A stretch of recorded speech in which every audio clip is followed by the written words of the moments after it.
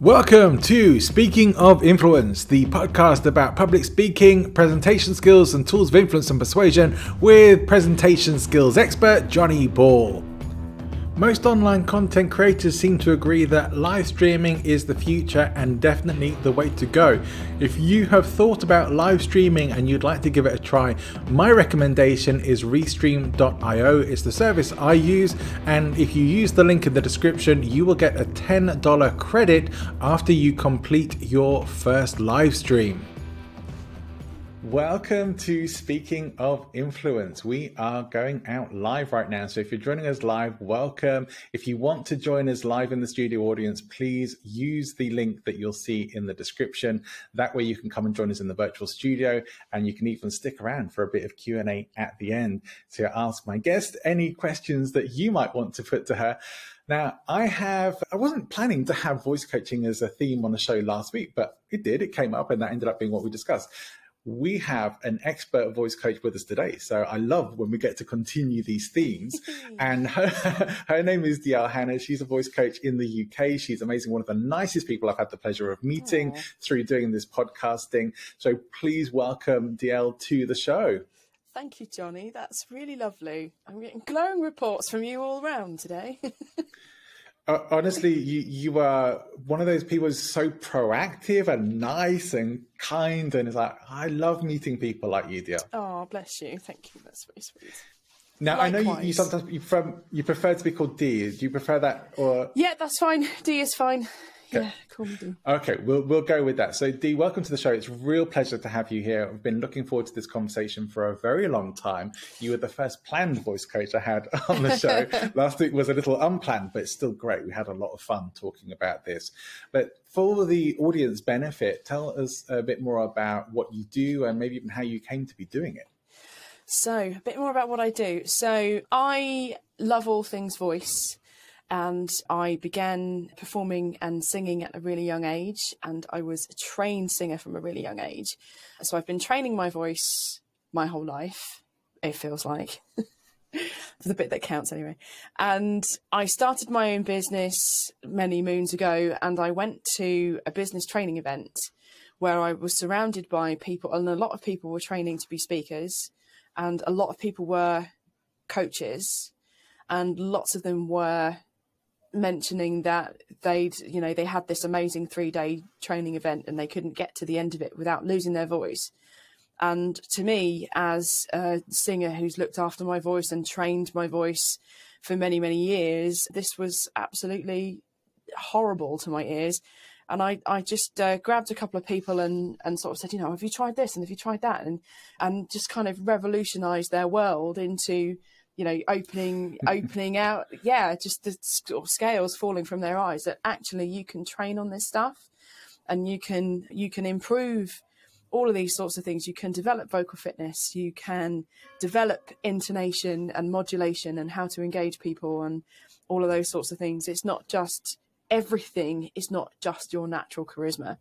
And it gave me the idea back then to work with speakers more, to use my knowledge that I'd trained and learned my whole life as a singer with speakers, because this information seemed to be so alien.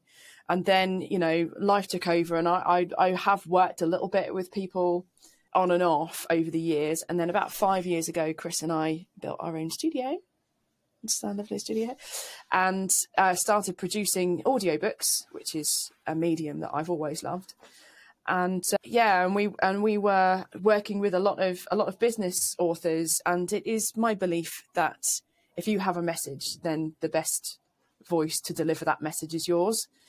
So rather than take the voiceover work, which is what I had done, which is what I would have done previously, I then found myself turning my hand to coaching people to get studio ready to voice their own audiobooks. And I just think it's a much, much more powerful product if the author themselves can be the one who's narrating it.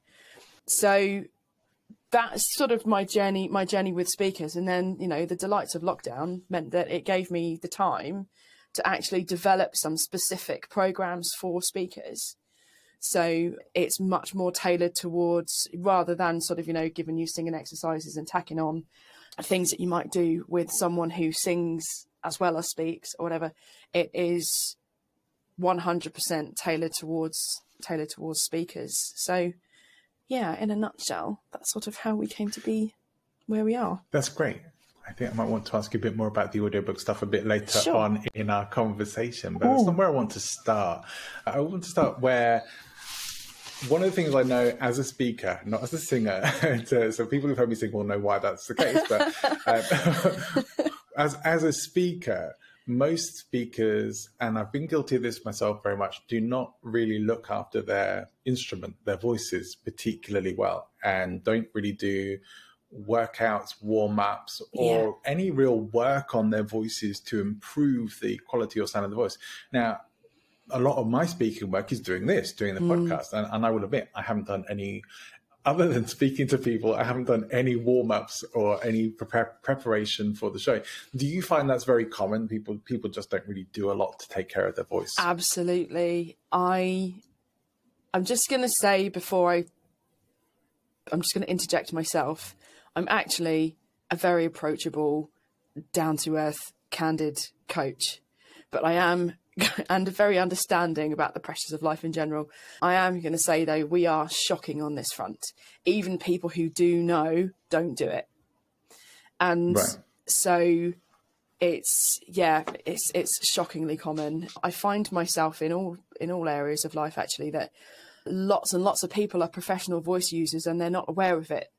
Everyone who teaches, everyone who works in customer service, everyone who's a receptionist, everyone who works in hospitality and you're dealing with people, if you have to speak as part of your work, it's not just about, you know, being an entrepreneur and shouting your message from the rooftops or the Facebook rooftops or wherever you're doing it. But if you speak for your work, then you are a professional voice user, and that label has sort of been saved for politicians and orators and actors and professional singers. Right. But yeah, I see an awful lot of that, people who are really struggling with their voices because they don't know how to look after it. And like, why would you, unless someone tells you? It's very, very common. Yeah, I think one of the things I find very common is people really struggling. Like you mentioned about helping people with their intonation and with some of their expressiveness when they speak. And sometimes you do hear people like they don't have that, or they get very robotic when they start speaking and very unrelaxed, very tense. And it comes across really, really quickly. You can tell right away when somebody is not used to or comfortable with presenting. But I think you can sometimes also tell when they haven't done any work on their voice as well. Like their voice seems maybe a bit too soft or quiet. I know when I've worked in public speaking coaching, and not the same as what you do, but I have had to work with people who just very quiet and they're whispering everything and sorry, we can't hear you over here, and so having to work at least on projection and things like that with people, which so many people don't even know about, which is incredible. You have your work cut out for you. Yeah, absolutely. What I really like to do, what I really like to drill down to, is finding the natural, finding people's natural approach with that, so that they don't feel like they're putting on a performance. And to be fair, I do this with singers as well. You know, it's all about finding your natural voice where you are most authentic, just because that's the area that I like to work in. There's nothing wrong with being musical theatre where it is your job to act. It's your job to pretend to be something that you're not. I like to work with people to find their most authentic self. And with what I do find is that if you say to people that, you know, speak up a bit, love, that there's that then makes you self-conscious, and then you feel like you're putting on a face and you're putting on a show. And it's a large part of my programs are about, you know, giving people the rehearsal space to be able to actually find, you know, get you comfortable with, you know, where is your most comfortable, how soft are your softs, how loud are your louds, and how much do you have to project. And the joy of coupling this with training so that you're actually doing vocal conditioning is that your louds can be a lot louder without sounding like you're shouting. And that's, you know, coming back to things you're talking about, like projecting your voice and stuff. If people are, lots of people who have who have softly spoken, if you ask them to speak up, it's so alien to them to do it that they then feel like they're shouting, and then the whole tone of what you're delivering changes. You know, who wants to be shouted at? And being an active Toastmaster, and I know that some of the people who tune into the show are going to love be part of Toastmasters organisations. Yeah, me too. And one of the things that I do notice, certainly from clubs that I've generally attended, is that it's very rare to come across somebody doing vocal exercises and warm-ups. But also, most of those situations don't involve people being set up with microphones and stuff. So this kind of thing of being able to project more, being able to be louder or be heard even when you're speaking softly, as it were, then that's vital, especially in those kinds of presentation situations. And realistically, most people who are going to be speaking and presenting these days in a professional capacity, not necessarily hired as a speaker, but in their professional life, presenting to the boardroom or presenting to investors or whatever it is, will benefit from having some of this ability to make the most out of their voice, right? Definitely. There's loads and loads that you can read about how presentation skills develop career development, enhances career development in all sorts of areas. So even as, you know, as an executive working for a company, not necessarily being self-employed, or, you know, law firms and stuff like that, that loads and loads of people benefit from learning how to speak with authority, learning how to present confidently so that you give a good account of yourself. And I think that's one of the things that people are worried about, that they're going to give a presentation and they're going to come away from it feeling that they've not shown everyone that they're as knowledgeable and professional as they really are. No. They get more panicked about what other people think of them than about doing the presentation. Yeah, absolutely. I wrote an article and I put it on LinkedIn yesterday about confidence, and the number of times that I've said to people that, you know, if you spent as much time with as much love as possible, if you spent as much time preparing as you did telling me that you're worried that it's going to go wrong, you wouldn't have anything to worry about. And there are various different things that affect people's confidence. I call it their confidence pyramid, where it could be lack of confidence in yourself or low self-esteem. Come across that an awful lot. Lack of confidence in your subject matter. So if you've been asked to give a presentation on something and it's not your wheelhouse, to coin a phrase, that can bring on hot flushes of the third kind, and presentation skills as well. So there's all of those things, and, you know, working with people to work out what is it actually that's setting you off. The actions that you need to take will vary depending on what the issues really are. But certainly nowadays, where we're, you know, so much of this is online and all of that, you've then got the curveball of tech thrown in that, you know, right, yeah, it's intimidating. The variations of microphones and all these kinds of things. Yeah, absolutely. Yeah, which makes a huge difference. It really does. And we were chatting about this last time we spoke, didn't we? And that good sound, and obviously having the studio as well, I do have experience in working with how to get good sound as well. And it's a combination of vocal technique and delivery, the right microphone, and the treatment of your room as well. So as you can see, I'm in an acoustically treated room, which means that I can be a long way from my microphone, which is down here. I haven't got to be right on top of it, which gives me space to work. And that's just what I like to do. You know, other people prefer to have a head mic or whatever. And depending on your content, there are loads and loads of different solutions, but just going out and spending $500 on a microphone is not necessarily going to fix it if you don't know. Yeah. You know, if you don't have those other pieces so. in place. Yeah. Yeah, I think my microphone was around the €100, £100 sort of mark, and I think it does okay. It's a Blue Yeti microphone, and you can get reasonable sound quality from it. Yeah. But it's just one of those things that at some point I probably will upgrade my microphones. But whilst this is doing a great job, and whilst I'm working the show with a budget, then this is going to do very well for the meantime. Yeah. You don't have to necessarily get, like you say, the most expensive bits of kit. Absolutely. And there are some great microphones out there that you can get for round about that sort of price. All sorts of different things. I just did a load of free videos about microphones in my group, just because people were asking me things about, lapel mics and head mics and studio grade mics and that sort of thing. And the long and short of it is that you've got to find what works for you.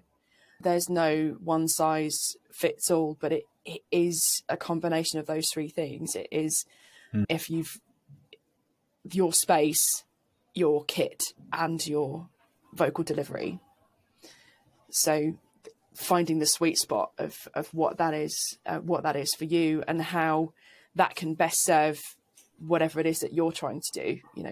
You guys who are listening, what content are you trying to deliver, and what's appropriate for you, what sort of style.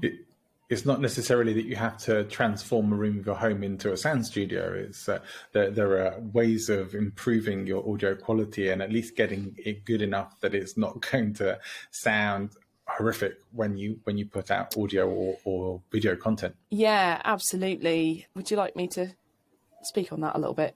I would. With some tips.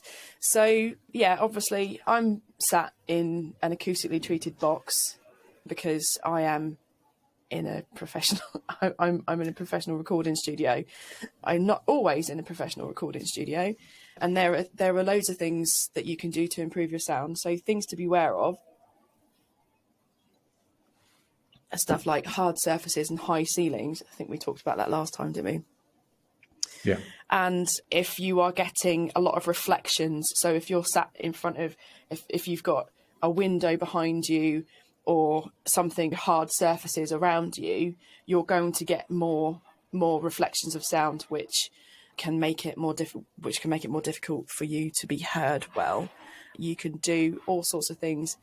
Voice studios all over the world have built vocal booths with mattresses and soft things, but you can hang blankets, you can close the curtains if you're in front of the window so that you've got something soft behind you, nice soft wall hanging. When we have audiobook recordings in, we put bean bags all around their feet and things so that the excess sound is being absorbed.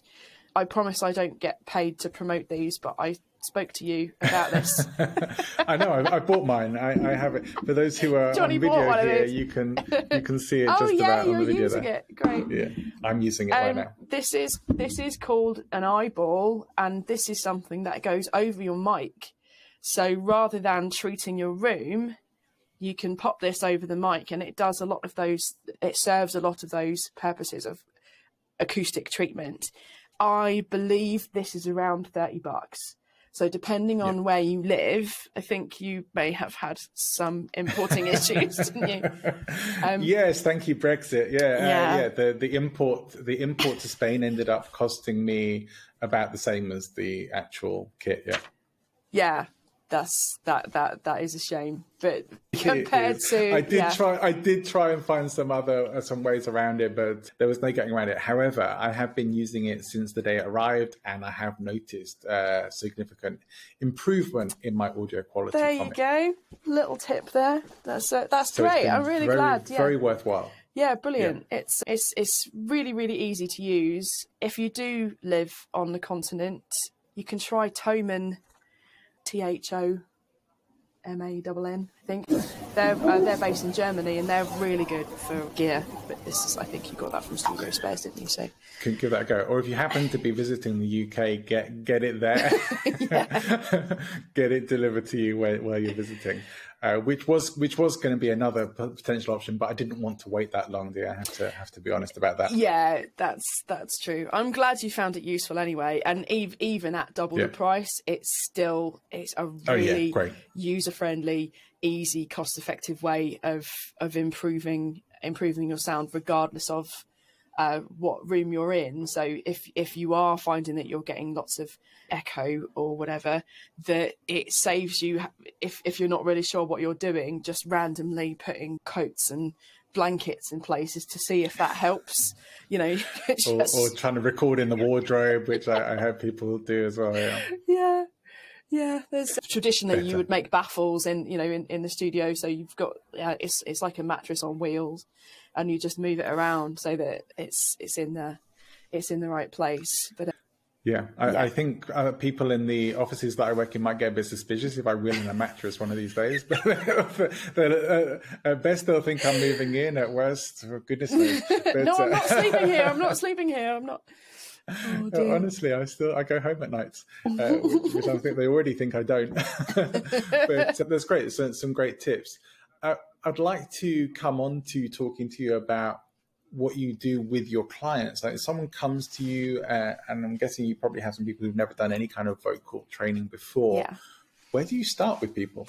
So the first thing I do is sit down with them and talk to them about what it is that they're, where are you and where do you want to be, basically, and talk to them about what experience they've got and what format are they trying to deliver in at the moment. So people, and have all kinds of people like healers who are delivering online now and that sort of thing. So first of all, let's just take a temperature of where are you and get a handle on what the various issues are. So for some people, if they're leaving corporate and they're starting their own business, they'll have some presentation skills, but stepping out into a new space where they're being themselves for the first time is a bit of an issue. So it works on vocal training is one element of it. But yeah, the first thing I do is sit down with them and work out what it is that they want to do and what they feel the issues are before I start telling them, well, you need to do this and you need to do that. If I came to you then as your client, where would you start with someone like me? So first of all, I'd ask you, what are you looking to get out of it? So what would you be looking to get out of it? Oh, I want to sound more like Sir Patrick Stewart on my podcast. Okay. And how different do you feel you are from Sir Patrick Stewart at the moment? I think I'm on my way. So I think there are times when I sound a little bit like him. I get some of that resonance in my voice. So you're looking for, you want to develop a richer, deeper, resonant sound in your voice. Yeah, I'm looking perhaps to have that. I do a lot of public speaking. So, I mean, I'm kind of messing a bit, but I do a lot of public speaking. And my goal is to sound more like a leader, to sound like I have a great confidence in my voice, that I project well, that I have a resonance and power to what I say that puts me in that authority position. Yeah, lovely. So there are a variety of things. There are a variety of vocal exercises that we can do and presentation exercises. So if we're talking about resonance and just the physical sound to start with, there are exercises that I would do with you to get you to work on modulation, so pitch and tone. And variety is the spice of life. It's working out where are you and where are the edges for you at the moment with that. Where is the lowest pitch in your voice where you're comfortable speaking, and before it starts to sound like we've gone a bit too far. Yeah. So it's sort of working out how low can we go, and then working, and then there are all kinds of ways to exercise that with dynamic and loud and soft and that kind of thing. Sorry, go on. I was going to ask if we could do an exercise now that people watching or listening can join in with. Yeah, sure. So I'm just going to make a little note to myself, as I would. So I'm going to, with the next exercise I was just about to tell you about, let's do it together. So imagine the stage in your mind of where you're presenting, and this doesn't matter whether it's real or not. You know, picture somewhere that you can remember, that will come to you easily. Okay. And on the, excuse my dyslexia, left hand side of the stage is your sage, is your guru. And think yogi, think ancient wisdom, think deep inner peace, and that is on the left-hand side of the stage. On the right-hand side of the stage is your warrior. This is your power, projection, maybe a little bit of anger. This is where you throw rocks at things. This is where you shout down all of the things that, all of the myths surrounding whatever the work it is that you do. There are always people who've said a load of stuff that's not true. And the extreme of that is on the other side of the stage. Okay. So if you're happy to do this with me for now, close your eyes if it helps. And okay, I will. Come over to the left-hand side of the stage with me, and we're going to find Johnny's sage. We're going to find your guru. So forget words for a minute. I want you to communicate with me with the tone of your voice. So the way that you say something is every bit as important, if not more so, than the actual words you choose. So we're just going to count from 1 to 11. And we're going to stay on the left-hand side of the stage, and we're going to do this as the sage. So if you want to start, let's just do 1, 2, 3 to start with. So, okay. So over to you. 1, 2, 3. Lovely. Now imagine we've just done some meditation, and we've done a little bit of yoga, if that's your thing. And sure. Wind up the calm and the peacefulness, and do 3, 4, 5. 3, 4, 5. Lovely. Now let's turn down the volume so we're just above a whisper, and try 5, 6, 7. 5, 6, 7. That's really nice. So let's stay there, and let's try 7, 8, 9 with that at that same level. 7, 8, 9. Now 9, 10, 11. 9, 10, 11.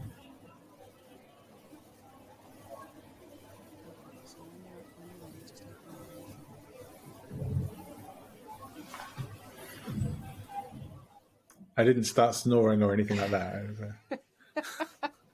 No, that's really sorry. You froze a little bit there. That's good. Just as you open your eyes. Okay.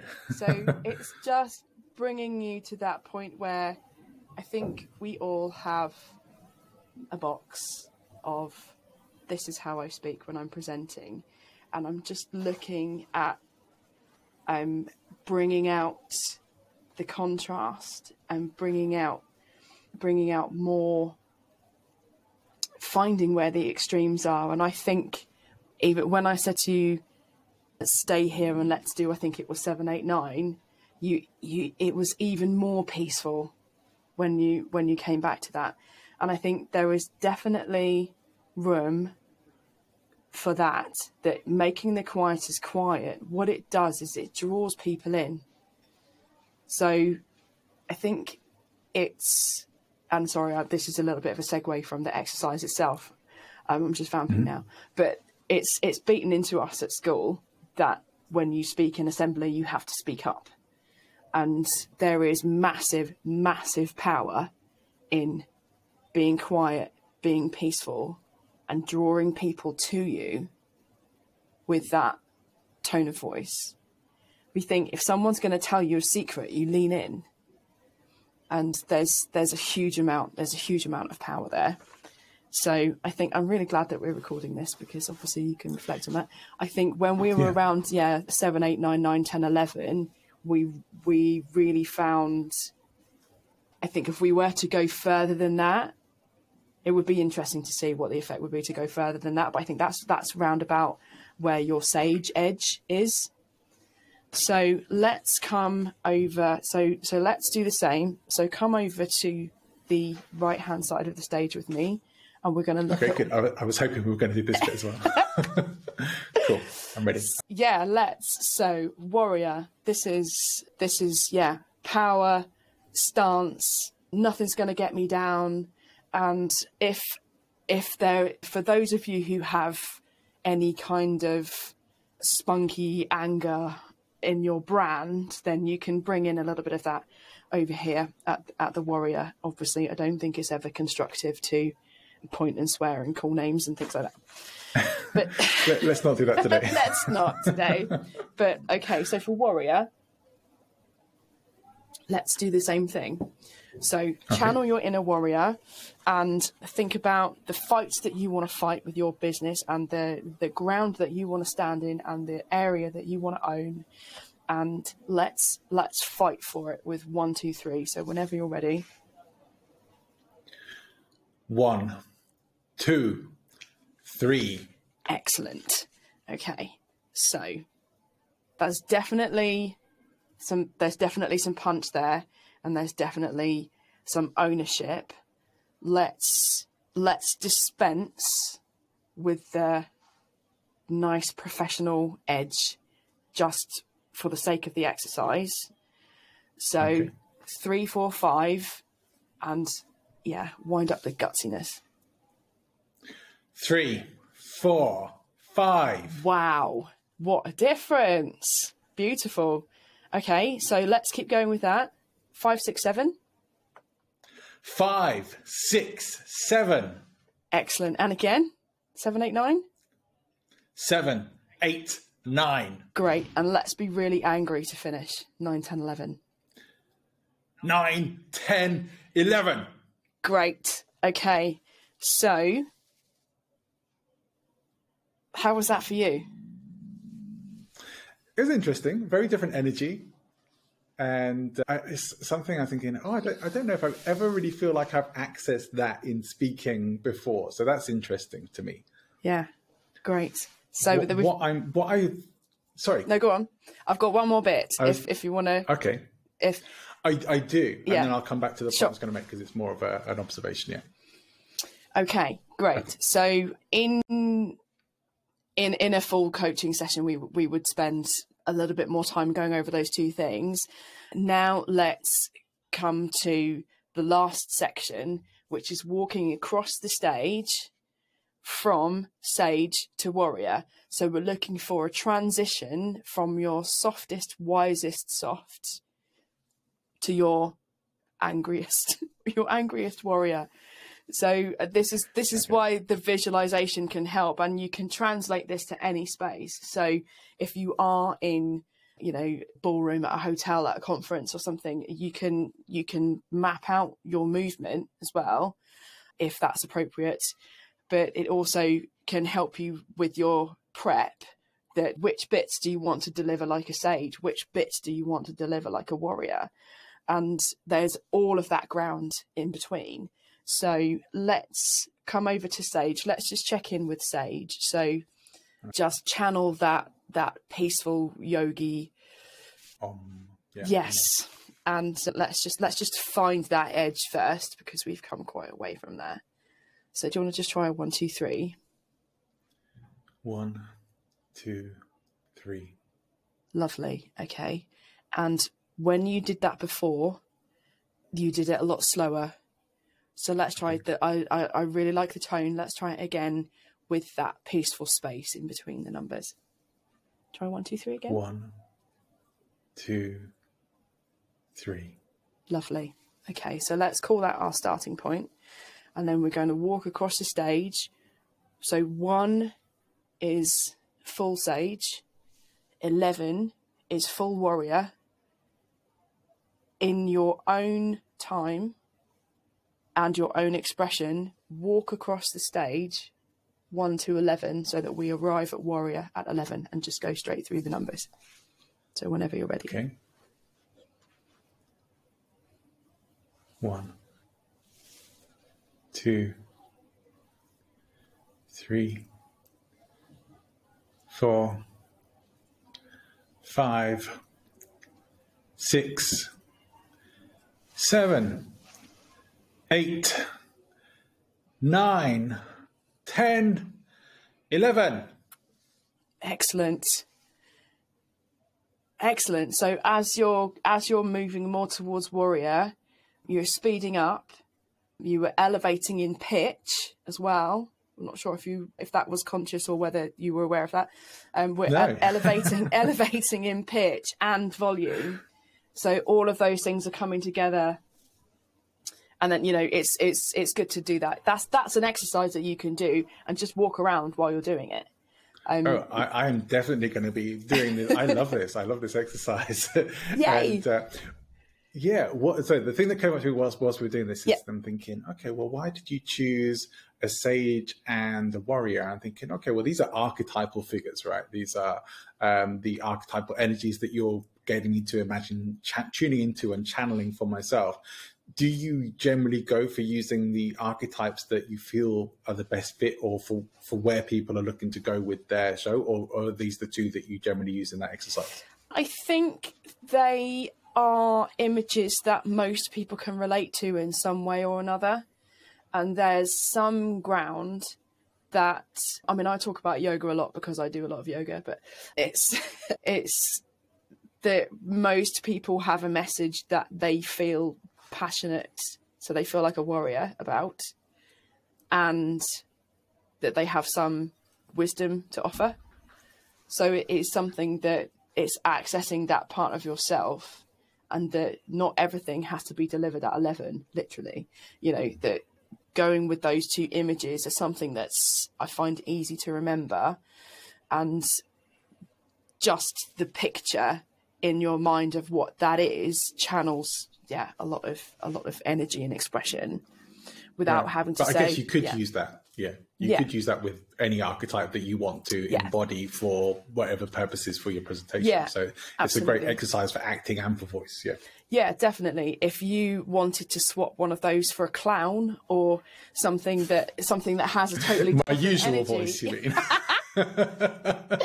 If there's something else that is a different color that you're trying to bring in, like I know one of the Toastmasters trainings is on integrating humor, isn't it? That one of the things that you can do is train on how to pathway. That's it. Yeah, I've been as a guest a couple of times. I'm not actually a Toastmaster, but if there is something like that you particularly want to bring into your act, or I've known people who juggle as part of their act, or if you've got a certain element to the performance that you're trying to bring out, then you could swap those images for anything.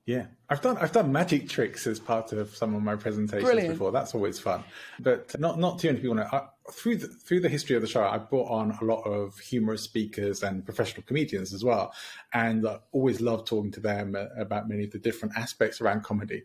But actually going down that track myself, you talked about the pathway of humor. That's going to be my next pathway once I finally complete the current one that I'm on.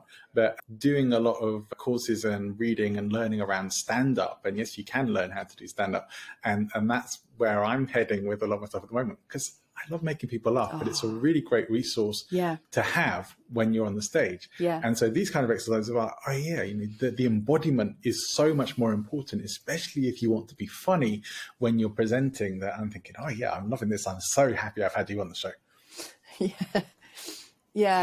I think humor is a lot more difficult than it looks. Stand-up comedy is an art in itself. I love stand-up comedy. But it's a learnable art. That's the good thing about it. So we'll see where they go. We'll see if I manage to make people laugh. I usually do a pretty good job, but I want to turn that up and do it even more. I think is that I love seeing people laugh, and I think people learn better when they're laughing, and everyone has a great time. I think people synchronize with each other as well. It feels like when everybody's laughing, it feels like a community thing. Like we come together, we're doing something together. So I love that. That was powerful. Great. I really, really, really loved that exercise. Now I'm looking at the time, listening to the time, so I'm thinking, okay, we don't have all day here, but so I want to get on. That was great, and I hope that people who are watching or listening will try that out. It's very different to some of the exercises that we were doing last week with Ambika Devi. So this week it's a bit more of a psychological almost exercise, the channeling that energy, putting yourself into a character, if you like, and switching between that, or bringing in elements of those characters to have that variety and have those different levels. I really love that, and I'm going to play with that a lot. Good. I want to come back to what you were talking about, audiobooks, because I do know that a lot of my show's audience are writers and authors, or at least would like to be, and will probably be thinking about audiobooks, or at the very least thinking about online courses and programs as well. We've had people on to talk about those things before, and having your voice as good as possible is really important. But what do you do to help people then prepare? You mentioned that you go through some processes with people to do their own audiobooks. Give us a bit more of an idea about that. Absolutely. So the authors that I've worked with have a variety of different issues that need addressing when it comes to getting them studio ready. A lot of those things have fed the content for my programs, where some of that is psychological, as you say, some of that is physical training on your voice, some of that is voice preparation. So in a nutshell, the broad advice that I give to authors when they come into the studio is practice.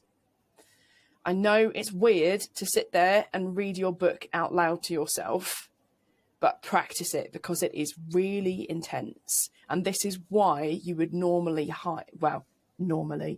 in days gone by, you would hire a professional voice, because they have the stamina, they have the experience. It is actually really intense to sit there and read for however long you're going to do it. We do 8 out 8, some of our authors live far away, they travel to us to do it. It's a big investment, and they sit there and they read for 9 hours.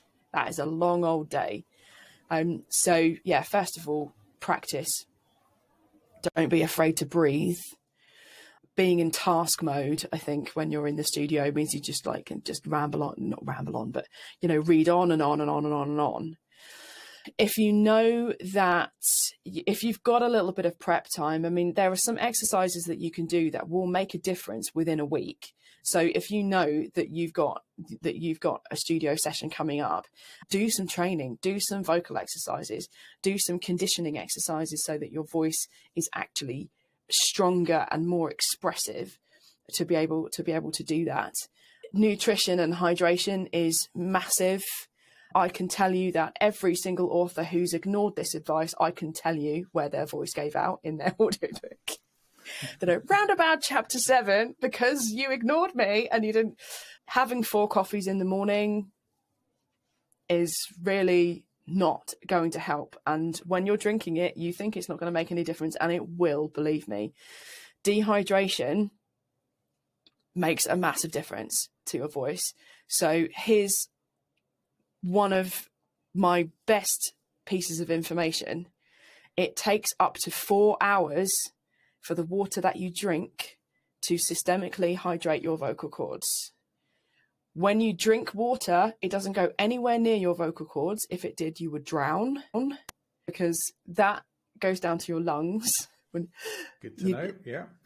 Your vocal cords are over your windpipe, not over your stomach, right? So it takes up to 4 hours for the water that you drink to systemically hydrate your vocal cords. Believe me that when you are well hydrated, everything sounds sexier, everything is easier. You will have more expression and stamina. It also helps you concentrate a lot better if you're well hydrated. So as far as caffeine goes, I would say, and believe me, I love a coffee and I am an absolute tea bag, but I know that it really makes a massive difference to the quality of the sound.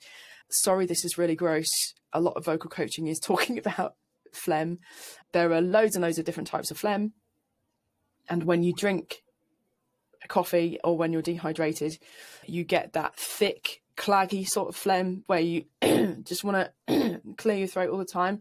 Even if you can manage to speak without clearing your throat, it sounds like you need to. So your listeners are then listening to this gravelly sort of voice that sounds like, oh God, will you just cough? Will you just cough? So to retain some of the richness of the tone is hydrate, hydrate, hydrate. As you can tell, this is one of my warrior subjects. This is one of the things that it's so simple and it makes such a massive difference. Drink whatever caffeine you need to in the morning. Voice work or not, yeah. Drink whatever caffeine you need to in the morning so you haven't got a headache. And then water, water, water, water, water. If you need to stop so that you can go to the bathroom, you absolutely can. That's fine. So yeah, I could go on, but I don't know. And I think that's great. I think drinking more water is probably good advice for most of us, regardless, right? Dee, are we back? Do we have audio? Yes. No. Oh no. Okay, well, we may have to wrap things up here then, and well, I don't really know what to do other than that. So if you do have questions for Dee, we'll set up another time for the Q&A. Unfortunately, we're not going to be able to do it now, and we'll wrap up the show another time. And we'll end the live stream. That I will say, although she can't hear me, thank you, Dee, and thank you for everything you shared.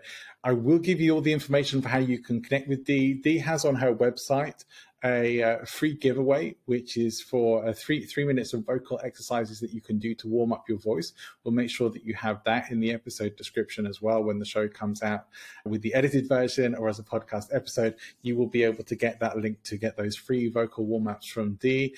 And we'll hopefully bring Dee back again in the future as well, and hopefully without these technical issues. So I apologize for that. Nothing we can do about it, unfortunately, but we're going to end the live stream here.